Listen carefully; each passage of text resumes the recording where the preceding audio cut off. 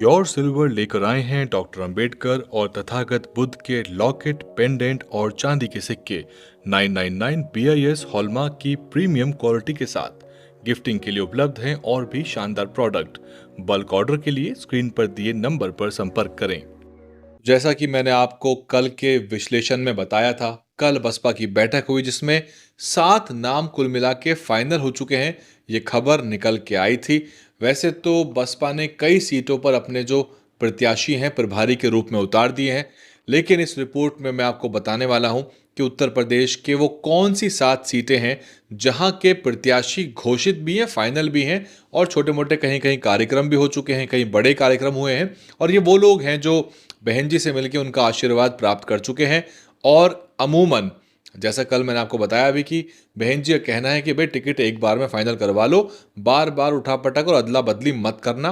ये बात बहन जी ने कही है। इस रिपोर्ट में मैं आपको 7 नाम बताने वाला हूं, 7 विधानसभा, और कौन से जिले की वो 7 विधानसभा हैं, क्योंकि अभी तो किसी भी पार्टी के प्रत्याशियों की कोई चर्चा हो नहीं रही है और बसपा ने इसमें मोर्चा मारा है कि 7 प्रत्याशी फाइनल कर दिए हैं। होने को तो और भी होते ही जा रहे हैं, बस बहन जी से मीटिंग होना बाकी है। कई जिलों में अम्बेडकर नगर है, अयोध्या है, कई जगह से खबर निकल के आएगी। मैं आपको सब खबर दे दूंगा। आज प्रत्याशियों की फोटो नहीं दिखाऊंगा आपको, साथ ही आपको बड़ा ब्यौरा नहीं देने वाला, एक क्विक रिपोर्ट है 8 मिनट की। शुरुआत करते हैं जौनपुर जिले की शाहगंज विधानसभा। आपके स्क्रीन पर देखिए, जौनपुर जिला शाहगंज विधानसभा, यहां से जुल्फिकार अहमद गामा साहब हैं जो कि बसपा के प्रत्याशी होंगे। और बसपा मुस्लिम और ब्राह्मण का अच्छा बैलेंस बना के सातों में ही चल रही है और आगे क्या होने वाला है इसकी हिंट आपको मिल जाएगी। दूसरी सीट है पुरकाजी, जिला मुजफ्फरनगर की। यह सीट चर्चा में थी, उपकार बावरा का निष्कासन हुआ था, उसको लेकर चर्चा में थी। खैर, उस पर हम फिलहाल नहीं जा रहे। मुजफ्फरनगर की पुरकाजी विधानसभा, और यहाँ से कविता देवी मैदान में है। व्यवसायी हैं, समाजसेवी हैं, कृषि की पढ़ाई की हुई है। हालांकि ज़्यादा ब्यौरा मैं आपको इस बार नहीं देने वाला।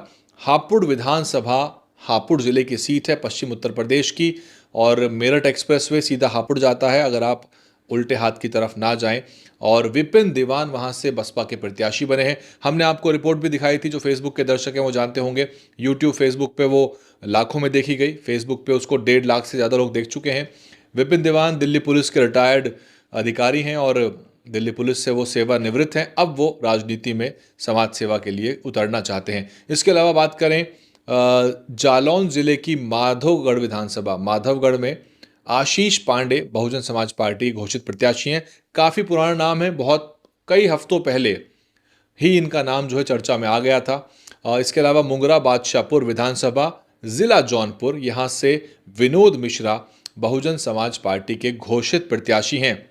बात करें पश्चिम यूपी की दोबारा से, तो सहारनपुर जिले की सहारनपुर देहात से फिरोज आफ्ताब जो हैं वो बहन मायावती जी का आशीर्वाद प्राप्त कर चुके हैं और ये एक घोषित टिकट है। इसके अलावा आजमगढ़ जिला आजमगढ़, दीदारगंज विधानसभा आजमगढ़ की, और आजमगढ़ पूर्वांचल बसपा के लिए महत्वपूर्ण रहा है। अ, अबुल कैस आजमी यहाँ से बीएसपी के प्रत्याशी हैं। तो कुल मिला के इस तरह से मैंने आपको 7 सीटों का ब्यौरा दे दिया है। आप इस पर क्या कुछ कहना चाहेंगे? और मैं आपको बता दूं कि ये बस कुछ समय ही जा रहा है, 2-4 दिन बाद हो सकता है मुझे आपको दोबारा अपडेट देनी पड़े, क्योंकि कई सीटों पर, कई टिकटों पर और मोहर लगने वाली है। और वैसे तो ये डिबेटेबल है कि क्या प्रत्याशी पहले घोषित करने चाहिए या आखिरी समय में करने चाहिए, क्योंकि दोनों के ही नफ़ा नुकसान है। लेकिन बीएसपी का एक ट्रेंड रहा है कि बीएसपी जल्दी प्रत्याशी घोषित करती है।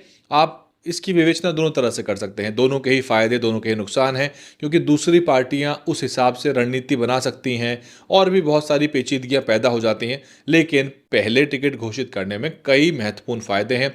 प्रत्याशियों को समय मिल जाता है, और अगर बहन जी ने ये कह भी दिया है कि भाई फाइनल टिकट है और कोई इसमें उठापटक नहीं होगी, तो जो लोग आखिरी समय में बागी बनते हैं, आपको मालूम होगा जब नामांकन चल रहा होता है, अगर तभी टिकट घोषित किया जाए तो एक प्रत्याशी बनता है तो 5 बागी बन जाते हैं। वो भी चिंता का विषय पार्टियों के लिए बनता है। तो बीएसपी ने पहले ही, और जैसा कि मैंने कल के विश्लेषण में आपको बताया था, जो हमारे पुराने दर्शक हैं, जो मुझे लगातार सुनते हैं, मैंने कल ही बताया था कि अगले 2 हफ्ते के अंदर आधी सीटों के टिकट जो हैं वो फाइनल बहन जी करने जा रही हैं।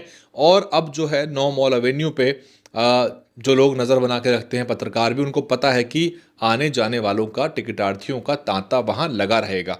और बहुत जल्द ही आधी से ज़्यादा सीटों पर आपके प्रत्याशी फाइनल हो जाएंगे। तो ये थी बीएसपी की रिपोर्ट, 7 सीटों का ब्यौरा मैंने आपको नाम सहित दिया है।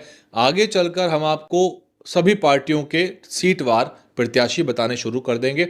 ये काम जो है आपको लगभग बरसात के बाद या बरसात के दौरान, क्योंकि अन्य पार्टियों की तरफ से भी धीरे धीरे प्रभारियों की, यानी कि संभावित प्रत्याशियों की जो सूची है या नाम है वो आने लग जाएंगे। और सूची चाहे बाद में आए, सक्रियता से पता चल जाता है कि कौन सी पार्टी का कौन मजबूत दावेदार है और किसकी बात हो गई है, किसका टिकट जो है फाइनल हो चुका है।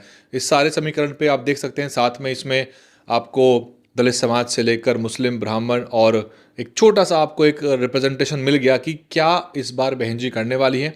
तो इसका मतलब ये हुआ कि मुस्लिम समाज को भी तवज्जो दी जाएगी, ब्राह्मण समाज को भी साथ लिया जाएगा और दलित समाज को वापसी करनी होगी बड़े पैमाने पर। और ये एक अच्छा कॉम्बिनेशन बसपा के लिए बन सकता है। हालांकि कागजों पे तो सारे कॉम्बिनेशन अच्छे होते हैं, लेकिन इसको ज़मीन पे उतारना बीएसपी, उसके पदाधिकारी और नेताओं की जिम्मेदारी होगी।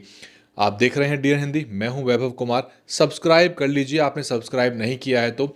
हमारे 72% दर्शक नॉन सब्सक्राइबर हैं। आप देखते हैं, लाइक करते हैं, कमेंट करते हैं, इसलिए लाइक कर लीजिए पहले वीडियो को, कमेंट कर दीजिए आपने जो सुना, जो सोच रहे हैं, जो आपके विचार हैं, क्या समीकरण, कैसा टिकट वितरण होना चाहिए, किस तरह के प्रत्याशी आने चाहिए मैदान में। और आपके इलाकों से, आप जिस विधानसभा से यूपी में देख रहे हैं, आपके यहाँ से प्रबल दावेदार कौन है, बीएसपी का, एसपी का, आज़ाद समाज पार्टी का और कांग्रेस पार्टी, कौन किस पार्टी की तरफ दौड़ रहा है, ये आप कमेंट करके हमको बता दीजिए। हम आपकी कमेंट, हमारी टीम जो है पूरी तरह पढ़ती है, उसके आधार पर अगली रिपोर्ट्स के अंदर चीज़ों को शामिल कर लिया जाएगा। सब्सक्राइब कर लीजिए, चेक करिए सब्सक्राइब किया है कि नहीं किया। अधिकतर लोगों ने सब्सक्राइब नहीं किया होगा, इसलिए सब्सक्राइब कर लीजिए। लाल रंग का बटन है, पैसा नहीं लगता, निःशुल्क होता है। और चैनल के साथ जुड़ जाइए ताकि हमारी रिपोर्ट आते के साथ ही आप तक पहुंच सके। बहुत धन्यवाद। डीएनएन हिंदी को सब्सक्राइब करने के लिए दबाएं लाल रंग का सब्सक्राइब बटन और घंटी का बटन दबाकर ऑल नोटिफिकेशन पर क्लिक करें। चैनल को जिंदा रखने के लिए नीले रंग का ज्वाइन बटन दबाकर चैनल को आर्थिक सहयोग करें।